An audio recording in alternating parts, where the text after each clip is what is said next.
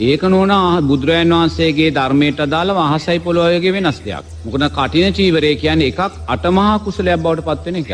නමුත් චීවර පූජාව කොතනකවත් අටමහා කුසලයක් කියලා බුදුරජාණන් වහන්සේ දේශනා කරන්නේ නැහැ. ඒතර කටින වස්ත්‍රයක් පූජා කරද්දී නෝනා මුලින් ස්වාමින් වහන්සේලා වස් ආරාධනා කරලා ස්වාමින් වහන්සේලා වස් අදිෂ්ඨානය කරලා ඒ අදිෂ්ඨානය කළා වූ වස් වලට අදාළව 3 මාසයක් ගත කරලා අතිරේක සිල්පදයන් ස්වාමින් වහන්සේලා ආරක්ෂා කරලා ඒ වගේ මේ අතිරේක සිල්පදයන් නිසාම ස්වාමින් වහන්සේලාගේ සීලේ ශක්තිය, සමාධියේ ශක්තිය, ප්‍රඥාවේ ශක්තිය ශක්තිමත් කරලා ආර්ය අෂ්ටාංගික මාර්ගයේ ශක්තිමත් කරන කාලෙක දෙන්නා වූ චීවරයක් තමයි නෝනා කටින චීවරය, කටින වස්ත්‍රය කියලා කියන්නේ. ඒ නිසා කටින වස්ත්‍රයක් කියන කාරණේ තියෙනා වූ කුසලයක් සාමාන්‍ය චීවර පූජාවන් කොච්චර කළත් ලැබෙනා වූ ආනිසංසයත් නෝනා අහසයි පොළොවයි වගේ වෙනස් දෙයක්. මොකද කටින වස්ත්‍රය අපි පූජා කරන මොහොතේ ස්වාමින් වහන්සේලාගේ සීලේ ශක්තියත් වැඩි. ඒ වගේම 3 මාසයක් පුරාවට නෝනා ගිහි පින්වතුන්ලා පින්කම් සිද්ධ කරලා ඒ පින්කම් නිසාම තමන්ගේ සීලේ ශක්තිය, සමාධියේ ශක්තිය, දානේ ශක්තිය, සද්ධාවේ ශක්තිය, මෛත්‍රියේ ශක්තිය වර්ධනය කරගෙන තමයි කටින වස්ත්‍රයක් පූජා කිරීම කරන්නේ. ඒ නිසා නෝනා කටින වස්ත්‍රයක් කියන කාරණේ හැම වෙලාවෙම සාමාන්‍ය චීවර 1000ක් 10000ක් පූජා කළාටත් වඩා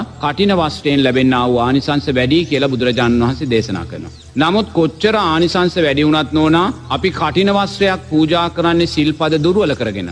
ඒ වගේම අපි කටින වස්ත්‍රයක් පූජා කරන්නේ අකුසල් මූලයන් වඩමින් නම් නෝනා ඒවෙන් තියෙන ආනිසංස පක්ෂේ නම් දුර්වලයි. ඒක හොඳට තේරුම් ගන්න. මොකද වර්තමාන සමාජයේ හුඟක් පින්කම් සිද්ධ වෙන්නේ සීලෙන් දුර්වලභාවයට පත් වෙලා. කුසල් මූලයන්ගෙන් දුර්වලභාවයට පත් වෙලා. ඒතර බුදුරජාණන් වහන්සේ දේශනා කරනවා මේ සම්මා සම්බුද්ධ ශාසනයේ පුද්ගලයන් 3 දෙනෙක් ඉන්නවා කියලා. පළවෙනි පුද්ගලයා තමයි නෝනා අදක්ෂයා කියලා කියන්නේ.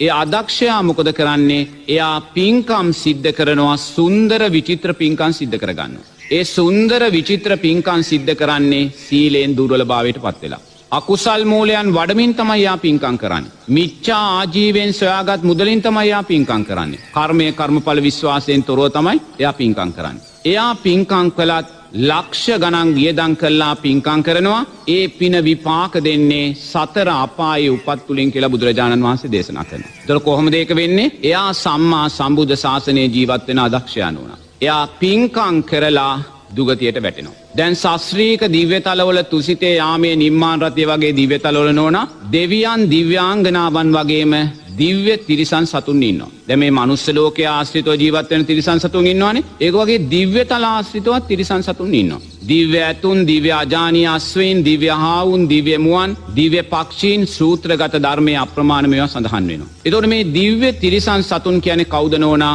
පෙර ජීවිතේ සිල්පද දුර්වල කරගෙන පින්කම් කළා වූ අයගේ ඊළඟ උපත. දිව්‍ය තලවල ඒ දිව්‍ය තිරිසන් සතුන් ආයුෂයෙන්, වර්ණයෙන්, සැපයෙන්, බලයෙන් ඉහළයි. මනුස්ස ලෝකයේ තිරිසන් සත්තු වගේ නෙමෙයි.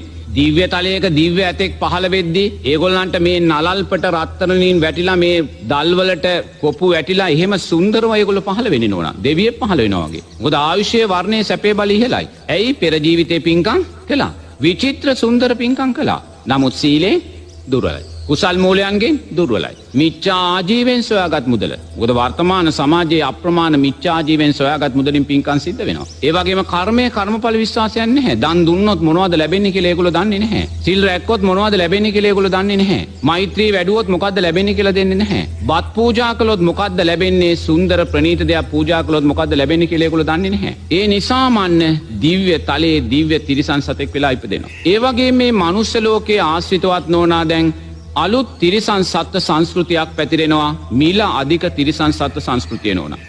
ඒ මිල අධික තිරිසන් සංස්කෘතියේ බල්ලෙක්ගේ වටිනාකම 50000යි, පරවියේ ගිරවෙක්ගේ මාළුවෙක්ගේ වටිනාකම ලක්ෂයකට වැඩි, අලි පැටියෙක් එහෙම නැත්නම් අස්ස පැටියෙක් ලක්ෂ 25කට වැඩි නෝනා. මොකක්ද මේ මිල අධික තිරිසන් සත්ත්ව සංස්කෘතිය කියන්නේ නෝනා? මේ මිල අධික තිරිසන් සත්ත්ව සංස්කෘතිය කියන්නේ පෙර ජීවිතේ සුන්දර විචිත්‍ර පින්කම් කළා නෝනා.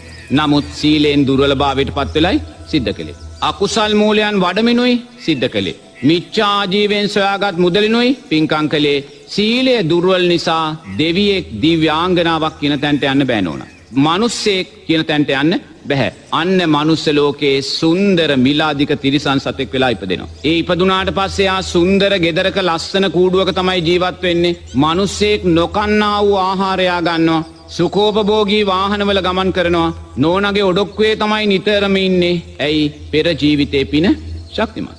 දැන් ගෙදර මෙහෙකාර දරුවෙක් ඉන්නවා. ඒ මෙහෙකාර දරුවාට කවදාකවත් නෝනා ළඟට යන්න බැහැ. නමුත් නෝනා අර බල්ලා නෝනාගේ ඔඩොක්කුවේ තමයි නිදාගන්නේ. එහෙනම් අර මෙහෙකාර දරුවාට වඩා මේ බල්ලාගේ වර්ණය සැපේ බලය වැඩි. ඇයි වැඩි උනේ? පෙර ජීවිතේ සුන්දර පින්කම් කළා. නමුත් අර මෙහෙකාර දරුවා පෙර ජීවිතේ සිල්පද පහ රැක්කත් සුන්දර පින්කම් කළේ නැහැ.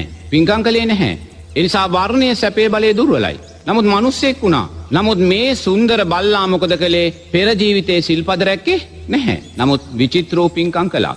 අන්න පින විපාක දෙනවා. අන්න නෝනා එයා තමයි මේ සම්මා සම්බුද්ධ ශාසනයේ අදක්ෂයා කියලා බුදුරජාණන් වහන්සේ දේශනා